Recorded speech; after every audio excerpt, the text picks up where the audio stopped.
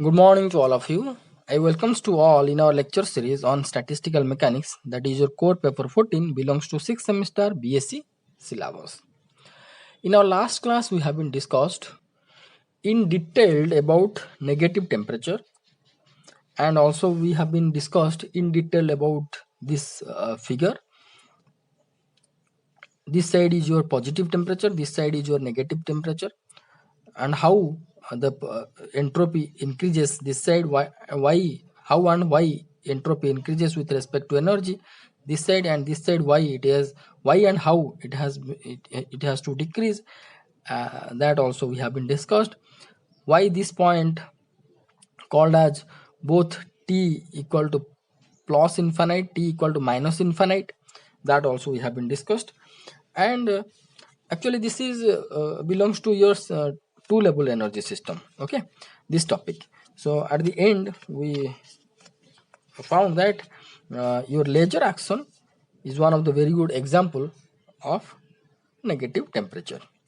So that means negative temperature will be a necessary condition for laser action, okay. uh, these things we have been in detail we have been discussed in our last class. In today class we are going to discuss law of equipartition of energy, or it is also called as equipartition theorem.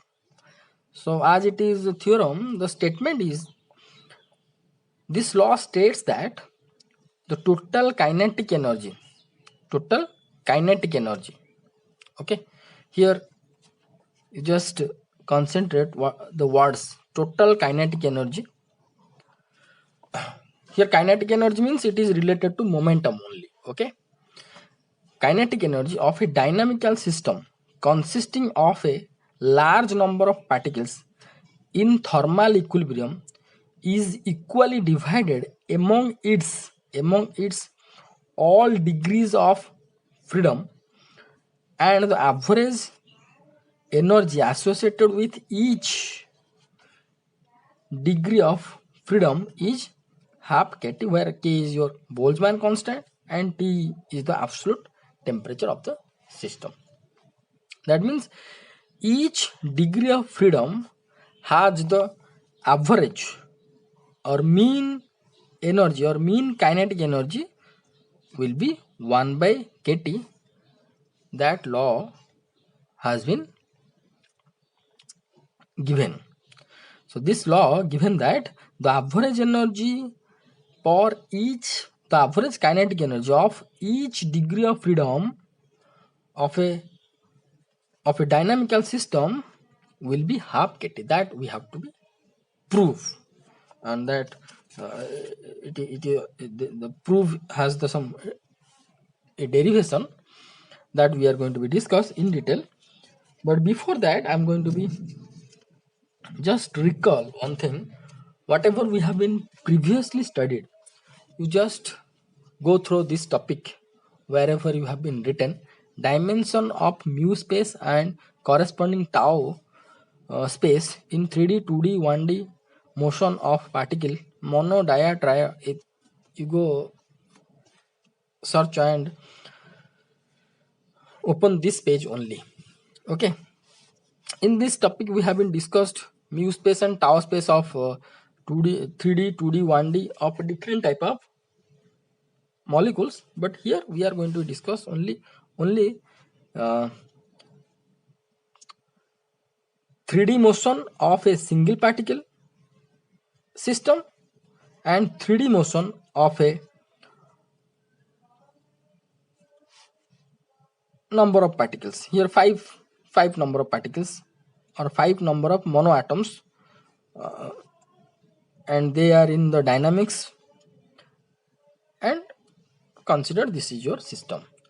So this system is consisting of one monoatomic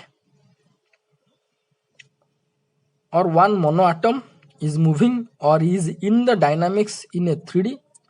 Here 5 monoatoms is in dynamics in 3D. This is system having one monoatom. Here the system having 5 monoatoms. Okay. So what we discussed, the degree of freedom small f for a single particle in 3D will be equal to d. In which dimension it is moving? 3 dimension. Number of particles for a constituent one. For this constituent one, it will be 1. If it will be diatomic, then it will be 2. N will be 2. But as it is monoatom, so it will be 1. And the constraints is equal to 0. There is no constraints, so it will be 3. So we found the degree of freedom of this particle or of this system is how much? Mu. Sorry, 3. How much? It is 3. So degree of freedom of this system or this particle we found is 3. Now the dimension of the mu space means here not only we are going to consider only x, y and z direction, also we have to consider the corresponding momentum. So if we are going to consider the corresponding momentum, as much we have the degree of freedom, that many numbers of momentum coordinates also has to be acceptable for a mu space. So here we have 3 degree of freedom, that means 2 into f. 2 into f, that means 2 into 3 equal to 6. So here in the dynamic system or in the moment in a phase space or mu space, the dimension will be 6. That means here 6 coordinates we have to consider. 6 coordinates along x, y, z and corresponding momentum coordinate px, py and pz will be considered. Then we can say that it will be a phase space. So here as it is a monoatom, so it will be called as the mu space. Okay. Now we have to consider instead of 1 atom, 5 atoms are there. In 3 dynamics, in 3D, 5 atoms are in dynamic state, but are in thermal equilibrium. Now, if one atom or one particle we are going to consider, then it will be mu space. If more than one particle we are going to consider, then it will be called as the tau space. That we have been discussed in detail in this topic, where you can refer that video. Okay. So if the system contains 5 particles, the dimension of tau space will be how much? Will be n into 2f. Here mu space is the dimension is 2f and n is the number of particles. Number of particles is 6. 2f is so number of particles is 5. 2f is your 6. 5 into 6 equal 30. So the tau space has the dimension is 30. That means 30 number of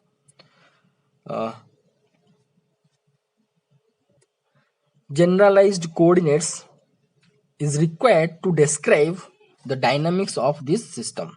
30 numbers of generalized coordinates, both position and momentum coordinates, is required to represent the dynamics of this system, right? Now this one, n into 2f can be written as 2 into nf. So here 2 into nf means 5 into 3 into 2, also 30. So this is called as the 30 dimensional tau space or phase space.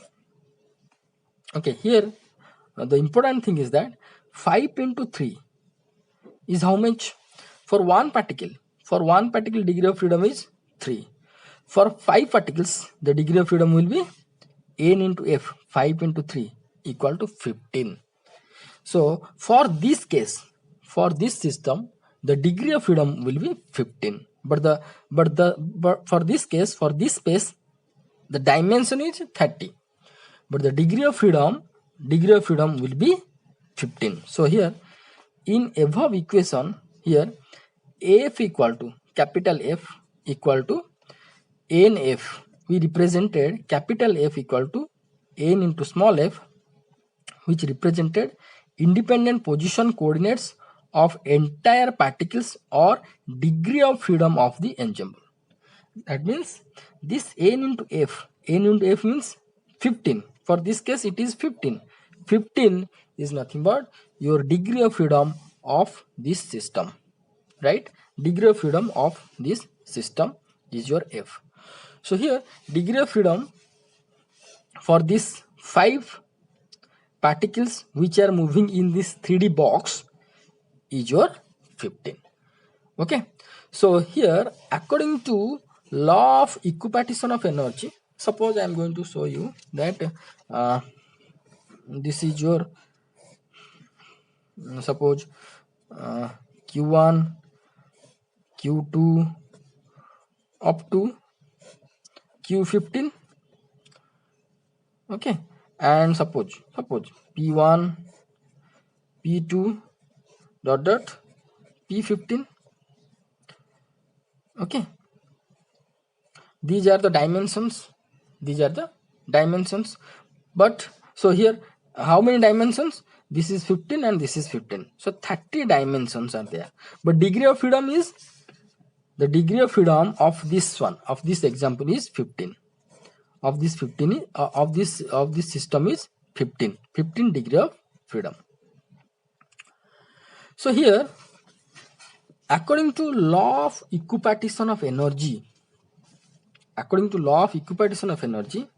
kinetic energy, the total kinetic energy. So as these particles are in dynamics, they are moving continuously, so obviously the system has its total kinetic energy. Total kinetic energy, suppose it is represented by E. Total kinetic energy, suppose it is represented by E, and the degree of freedom is 15. So degree of freedom 15 means your x1, x2 or the position coordinates are up to 15, and momentum coordinates p1, p2 up to 15. So which coordinate we are going to consider for the kinetic energy? This one, because the momentum coordinates contains, along the momentum coordinates contains the kinetic energy. So as equipartition energy states that the total kinetic energy of the dynamical system consisting of large number of particles, here we have been discussed only 5 number of particles. We can anyone can be considered large number of particles, that will be, it will be q1, q2 up to q whatever may be, but the degree of freedom will be f. It will be up to f. Okay, here f equal to n into f. Here n is the number of particles. So you have to concentrate over here. The total kinetic energy of the dynamical system consisting of a large number of particles in thermal equilibrium, that means kinetic energy, total kinetic energy is going to be equally partitionoid. If kinetic energy is going to be partitionoid, then along which dimension they have to partition? They have to partition along momentum coordinates. Okay, along momentum coordinates they have to partition, because along positional coordinates the kinetic energy will be 0. But at the time of addition we have to consider all the coordinates. But as kinetic energy of the dynamical system is going to partitionoid, so consisting of large number of particles in thermal equilibrium equally divided or equally partitionoid among its all degrees of freedom, and the average energy associated with each degree of freedom will be half kT. That means as q1, q2 up to q15, these are represents your position coordinates. So along these coordinates there is no kinetic energy. But along p1, p2 up to p5 the system have kinetic energy.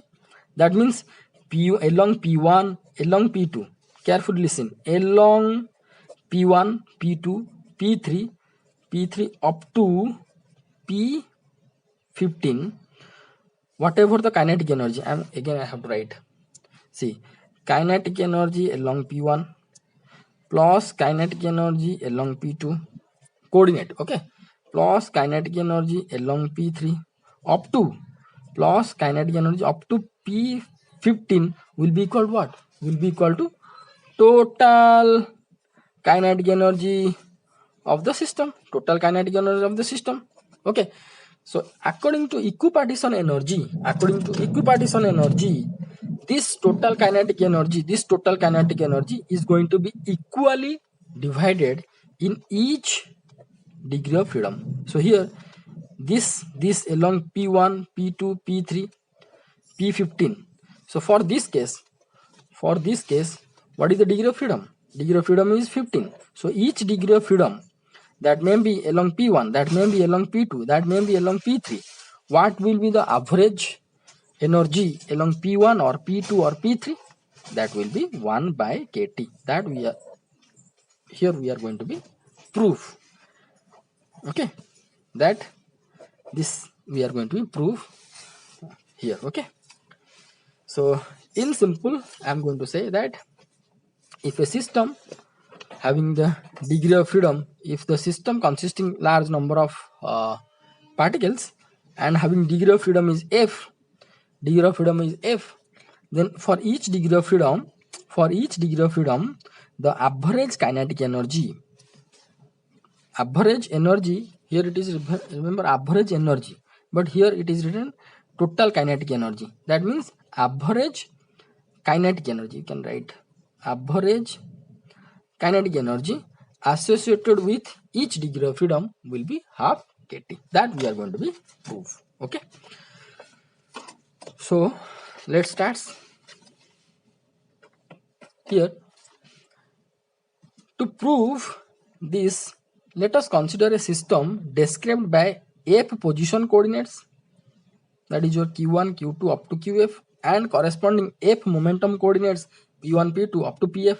The total energy here, total energy of the system can be written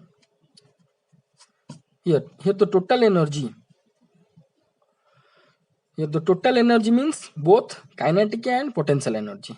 If we are going to consider both kinetic and potential energy, then we have to consider both position and momentum coordinates. Okay, the total energy, but here according to the definition, the total kinetic energy is going to be divided. Among its all degree of freedom. The average kinetic energy associated with each degree of freedom will be half kT. So here the total energy of the system can be written as the function of these position and momentum coordinates, because position is refers to your potential and momentum coordinates is represents corresponding kinetic energy. Okay, so if now here you just write let pi is any particular momentum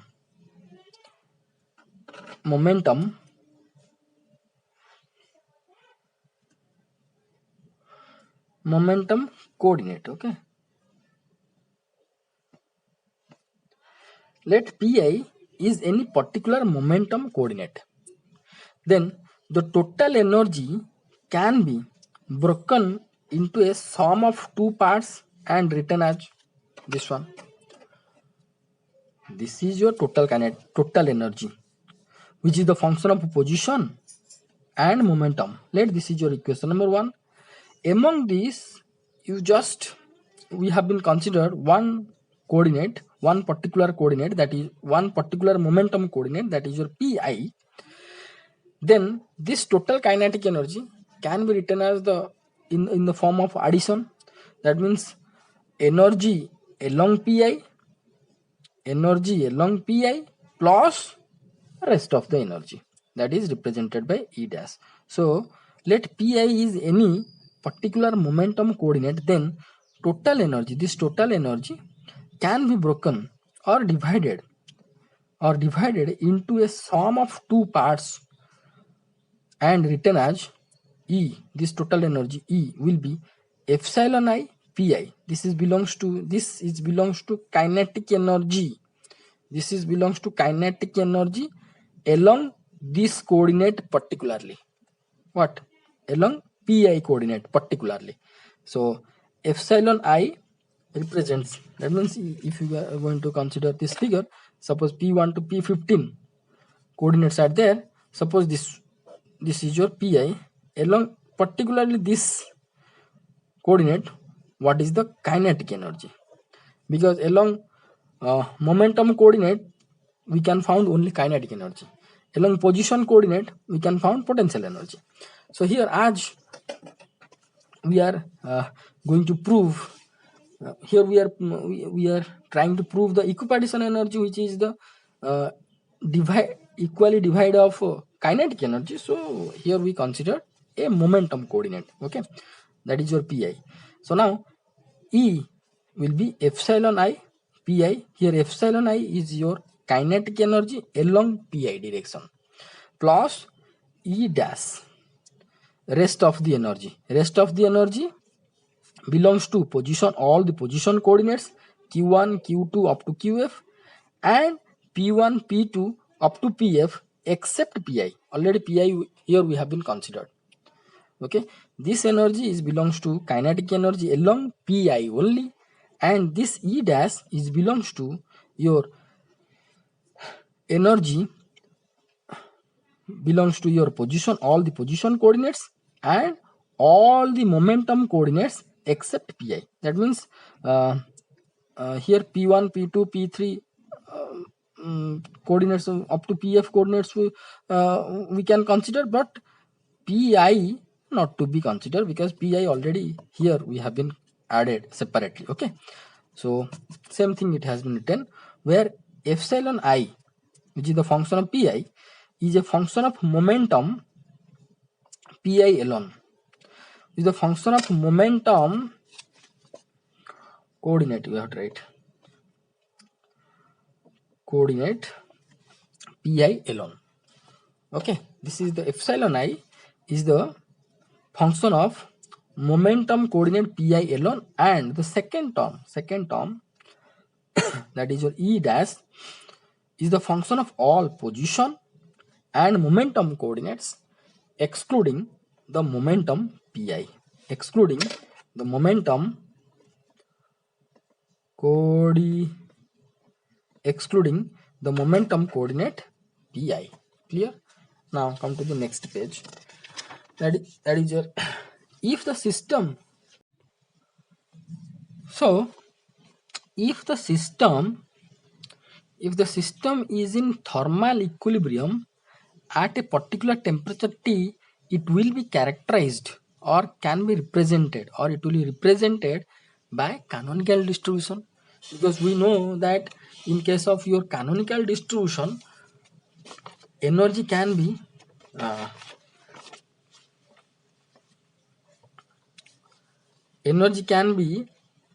or heat can be exchanged between one system to another system. So if the whole ensemble or whole system is going to be thermal equilibrium, that means heat exchanged or it can be represented by canonical distribution, right? Now the mean energy epsilon I bar, which is represented as mean energy. So mean energy can be represented by total energy by n. So here what is the mean energy? What is the meaning of this mean energy? This mean energy is nothing but, that is here epsilon I bar equal to E by n is nothing but your average or mean energy of a particle, because this represents total energy, this represents total number of particle. So total energy by total number of particle is represents mean energy of a particle, mean energy of a particle. Okay, Then we have to consider the mean energy of the particle along a particular degree of freedom. So here this is the mean energy considering all the degree of freedom of a particular particle. This is your mean energy, right? So as thermal equilibrium we have been considered, the system can be represented by your canonical ensemble, canonical distribution, and you just check that wherever we have been discussed partition function of canonical ensemble, there you can found the partition function in discrete form. The partition function, don't consider this one, the partition function is nothing but this one, that is your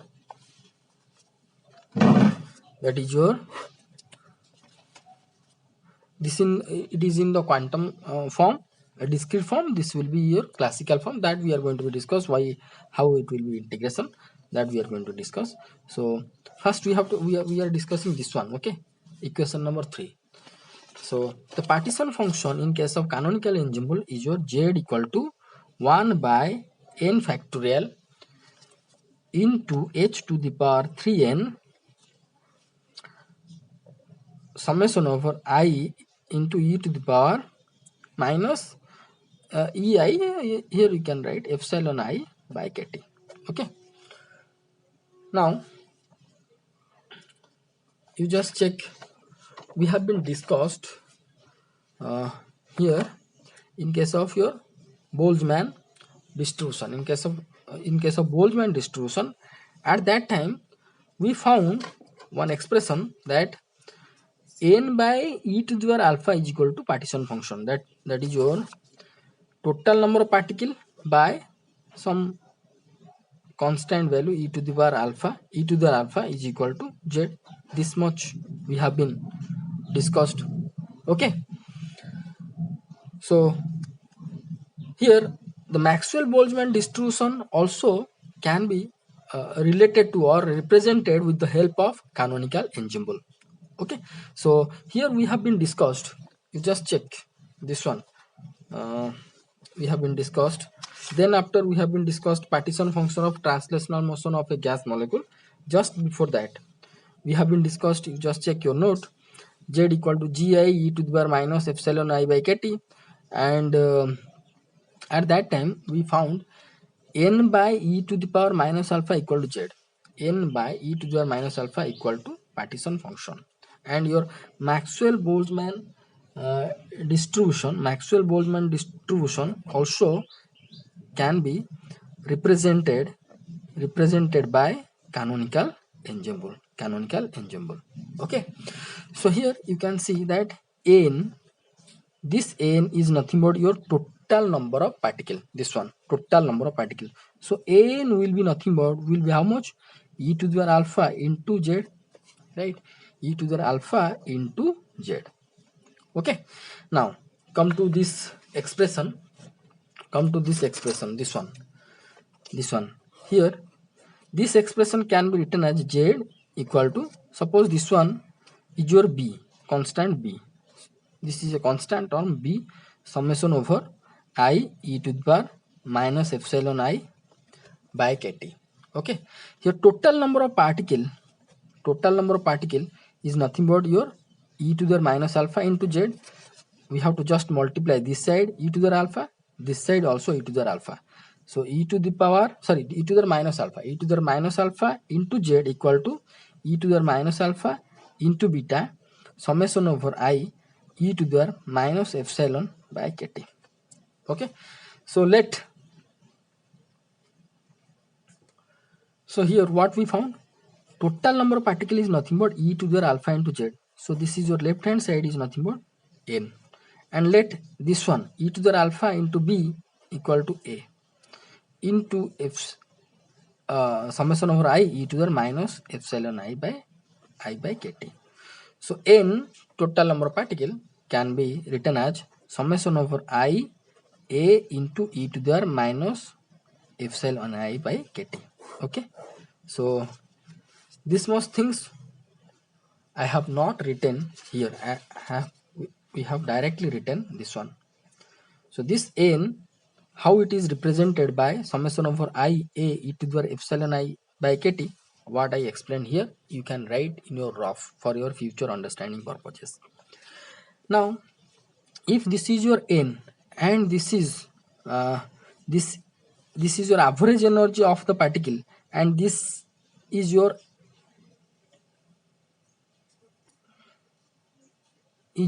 kinetic energy of each particle, then average kinetic energy or average mean energy of each particle, that is represented by epsilon I bar, sorry, average total energy, because here E is belongs to total energy. Okay, this is your average total energy, not kinetic energy. This is your average total energy of a particle will be equal to summation over epsilon I into a e to the power minus epsilon I by kt, because summation over a e to the minus epsilon I by kt is nothing but your total number of particle whatever we found. Okay, so suppose each particle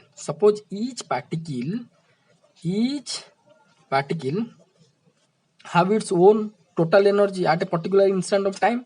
So that is your, suppose this is your epsilon I. So hence total energy will be how much? Epsilon I summation over I a into e to the minus epsilon I by kt. Okay, so this is your total energy of each particle. So this, if we are going to consider epsilon I, this is your total energy of ith particle. Got it?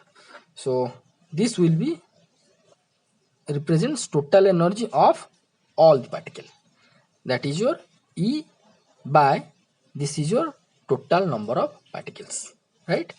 Now, as in classical theory, the energy levels are very close, and hence the energy values or eigenstates can be taken continuously. So the summation, whatever we have been considered in equation number 3, will be reduced to in your integration format. So this one can be easily written as epsilon I bar or mean energy of a particle will be equal to integration of epsilon I a into this this will be sum of all the kinetic energy of all the particles. It can be represented as e to the power minus e by kt into d tau, or you can refer this format whatever we have been considered canonical ensemble partition function in classical format, that is your e to the power minus e by kt d tau, right? So this is your in your discrete, for your discrete energy states, for your discrete energy this is the partition function, and corresponding classical we have been considered integration, and this epsilon I will be the total energy. Okay, and d tau, these two expression you can found in your section wherever we have been discussed partition function for canonical ensemble. You go and check. Now this summation format, this one has been transformed to your integration format epsilon I into a into e to the minus e by kt into d tau, and the denominator will be integration of a into e to the minus e by kt into d tau. Okay, so now this will be the mean energy of a particle, So now d tau is nothing but dq1 dq2 up to dqf and into dp1 dp2 up to dpf, right? Just write it, instead of d tau we can write dq1 into dq2 up to dqf, and this, and again into dp1 dp2 up to dpf, and the denominator will be e to the power minus e by kt, and d tau will be nothing but dq1 up to dqf. See, here I written only one term. You can write into dq2 up to dqf. Okay, I suggest only one term you write, enough, into dp1 up to dpf. Here all the terms are in the form of multiplication. Okay, so now we previously just defined that total energy is nothing but your kinetic energy of a particle along a particular momentum coordinate.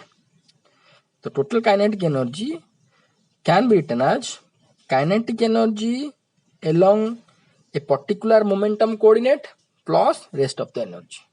Okay, so here instead of E, whatever here, instead of E we can write minus epsilon I plus E dash. So here just remember that here epsilon I, this epsilon I is the function of Pi. That means this epsilon I is the energy or kinetic energy along only Pi coordinates. Only along Pi coordinate. No need to write, but keep it in your mind. This Ei is function of Pi only. Pi only. That means along Pi coordinate. Or if you want, you can write this epsilon I is the function of Pi. Then plus rest of the energy, that is your E dash whole divided by kT, and dq1 into dq2 up to dqf, dp1 into dp2 up to dpf, and whole divided by here also can be written as epsilon I. Also this one epsilon I, which is the function of Pi, you can write, or these things keep in your mind, no problem. Okay, here you just don't write here with a small, put a arrow, small arrow here, right? This is a function of Pi only. You just write for your future reference. This epsilon I is the function of Pi only. Okay, now epsilon I, this is your epsilon I into e to the power minus epsilon I by kT into corresponding dpi we can write over here, and then integration of e to the power rest of the energy E dash by kT into dq1 up to dqf into dp1 up to dpf. But here dpi is absent, because dpi here we have been written. Okay, all the dq's are there, all the dp's are there except dpi, because dpi we have been written here. Okay, now whole divided by similarly e to the power minus epsilon I, this is in subscript. Okay, epsilon I by kT into dpi, this dpi taken from this. Okay, here from dp1 to dpf, one dpi will be there, so dpi already we taken here, and integration of e to the power minus E dash by kT, all the dq will be present, all the dp are also present here except dpi. Okay, so here this one equal to this one, both can be cancelled out, so only we are going to get this by this, whatever written in the next page. But here two lines have been written, you just watch. Here the integral containing e to the power minus this one E dash by kT extended over all q's and p's except pi, such as a separation of integrals is possible because E dash is independent of Pi. Okay, so this separation of integral can be possible because it is fully separated with dpi. Pi coordinate already we have been taken here, so this can be separated out, and hence the integral contains e to the power minus e dash. It is written e dash. Okay, e dash by kt in your numerator and denominator both are equal, so both are can be cancelled out. Only what we are going to get, we can get this by this, whatever written in our next page. So thus average kinetic energy, now you just say this average kinetic energy of a particle, it is not only of a particle, it will be the average kinetic energy of the particle along pi direction only, along pi coordinate. Other coordinates we have been excluded. You understood? This epsilon I average, it is your total kinetic energy. Sorry, average energy, average total energy of a single particle, This is your average total energy of a single particle. Average, you just can write for your reference, average total energy of single particle. But whenever we have been excluded all the degrees of freedom, we have only pi degree of freedom, or this by this means average kinetic energy along one coordinate, only one coordinate, that is your dpi, or you can say the average kinetic energy along 1 degree of freedom, that is your pi. Pi is your 1 degree of freedom. So here epsilon I also can be written as epsilon I function of pi. You just write over here epsilon I, this is your average kinetic energy of particle along pi coordinate, and here pi coordinate is nothing but one of the degree of freedom of the system, right? So here epsilon I bar, or epsilon I bar means mean kinetic energy or average kinetic energy of particle along pi coordinate will be this by this. Let this is your equation number 4. But epsilon I is a quadratic in pi, that is nothing but epsilon pi is equal to pi square by 2m. Let 1 by 2m is your constant c into pi square. Just substitute this value over here, we can found this is the function of pi. Okay, epsilon I bar function of pi, integration in all the space, minus infinity to plus infinity, so epsilon I will be c into pi square, into e to the power here epsilon I, e to the power minus c pi square by kt into dpi whole divided by e to the power minus epsilon I by kt into dpi. So here epsilon we have to put c into pi square, e to the power minus c pi square by kt dpi. So here we have to consider a standard integral, this one, minus infinity to infinity x square into e to the power minus a x square dx will be equal to 1 by 2 pi by aq root over. So how it will be, we have been discussed by a separate video, that is a special integration, something like that. That video name you can check that.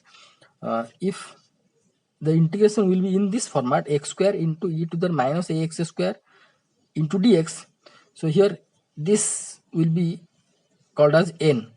So if it is even, then it will be 2 into 0 to infinity x square into e to the minus ax square dx.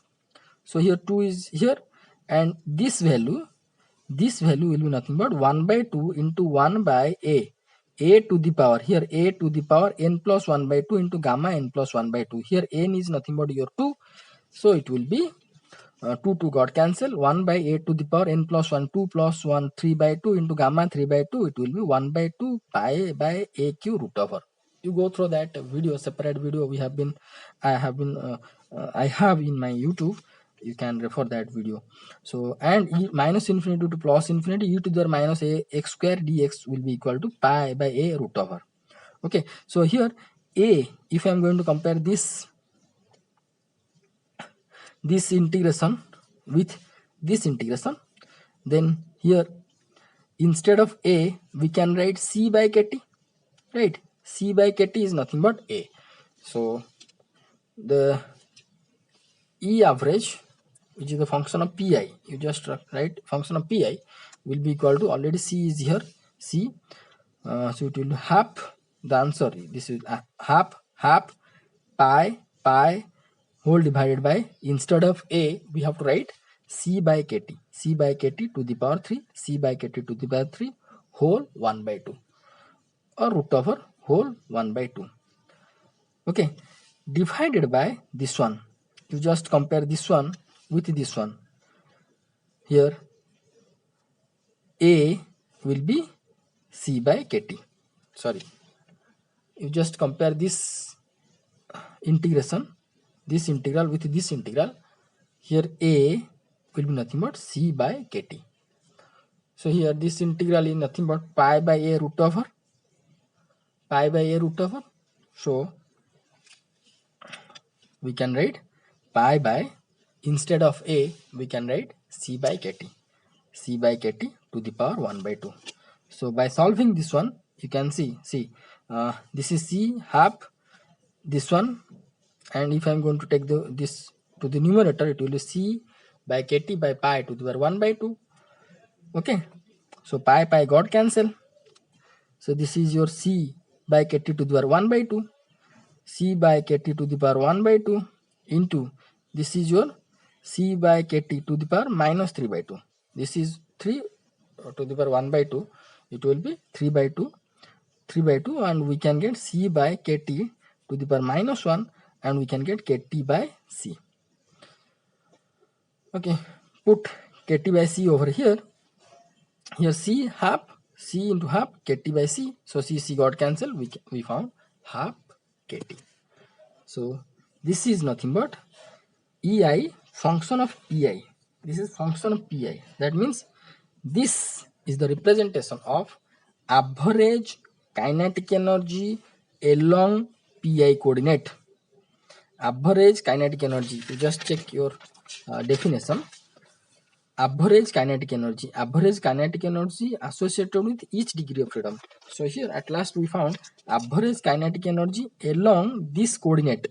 This coordinate means pi coordinate, and pi coordinate is nothing but your one of the degree of freedom. Pi is nothing but your one of the degree of freedom, whatever we have been discussed here. Okay, here we have been discussed. Okay, so it will be number of pi we can get. So here pi is nothing but your one of the degree of freedom. So here at last we found along 1 degree of freedom, or along each degree of freedom, the average kinetic energy will be half kt. That is your proof of your equipartition of theorem or law of equipartition of energy. So thank you so much for watching this video. Thank you. In our next class we are going to discuss differentiation between micro canonical, canonical and grand canonical ensemble. Just classification, many things we have been studied, just we are going to summarize all the things. So thank you so much. Write down this note carefully, and also watch this video carefully, and pause the video, write down the note, and ready for the next class. Thank you.